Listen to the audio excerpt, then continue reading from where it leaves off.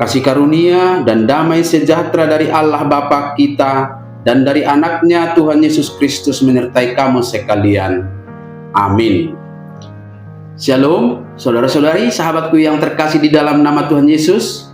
Firman Tuhan yang menyapa kita di akhir pekan ini, hari Sabtu tanggal 18 April 2026, tertulis dalam kitab Yosua pasal 3 ayat 5. Mari sahabatku, kita simak dan renungkan firman Tuhan yang menjadi kekuatan dan inspirasi untuk menjalani hari ini. Demikian. Berkatalah Yosua kepada bangsa itu, "Kuduskanlah dirimu, sebab besok Tuhan akan melakukan perbuatan yang ajaib di antara kamu." Dungi didok si Yosua matu bangsoi, manguras mahamu.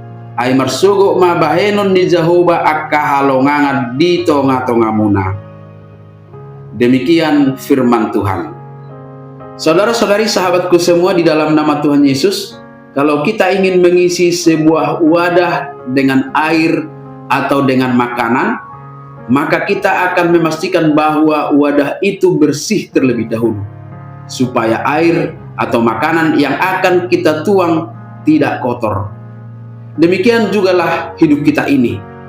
Pengudusan yang diingatkan dalam nas ini adalah cara kita mempersiapkan wadah hidup kita untuk menampung kemuliaan Tuhan dan karyanya dalam hidup kita. Maka pesan pertama dari firman Tuhan hari ini adalah, janganlah sibuk meminta perbuatan ajaib dari Tuhan tanpa mempersiapkan diri menerimanya dengan melakukan hal yang seharusnya kita lakukan sebagai bagian dari pengudusan diri kita.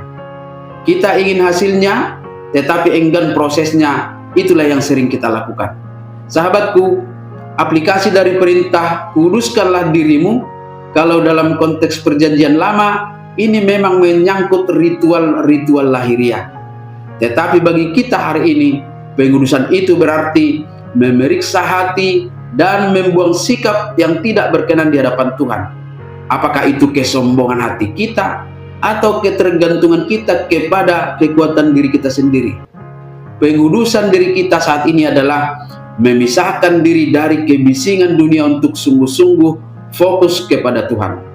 Selanjutnya, Yosua berkata, sebab besok Tuhan akan melakukan perbuatan ajaib.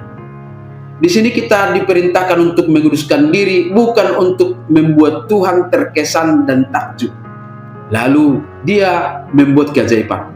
Bukan demikian, melainkan untuk menyelaraskan keadaan hati kita dengan rencananya. Ketika hati kita selaras dengan rencana Tuhan, kita akan mampu melihat dan mengalami mujizat yang sebenarnya sudah Tuhan persiapkan bagi kita. Maka kita perlu introspeksi diri. Barangkali ada dalam diri kita yang masih kita sembunyikan dari Tuhan. Kita harus secara total membersihkannya.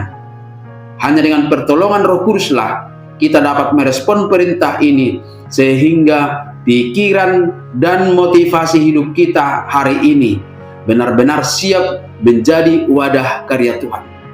Demikianlah kiranya kita dapat menyambut berkat-berkat Tuhan hari ini, sebelum mengejar target sebagai cara kita menerima berkat-Nya, atau sebelum melakukan berbagai pekerjaan dan menyelesaikan berbagai masalah. Ambil waktu untuk berdiam diri dan berkata, Tuhan, aku menguduskan hatiku untuk-Mu. Percayalah sahabatku semua, dalam kemurahan Tuhan, ekspektasi kita pasti tidak akan jauh berbeda dengan realita yang akan kita alami dari kemurahan-Nya. Maka mulailah setiap hari dengan mengandalkan iman, dengan berjalan dalam kekudusan-Nya, sehingga Tuhan yang kita percaya itu sudah mempersiapkan sesuatu yang ajaib untuk kita nikmati dalam hidup kita. Amin. Selamat berakhir pekan, selamat beraktivitas, Tuhan memberkati.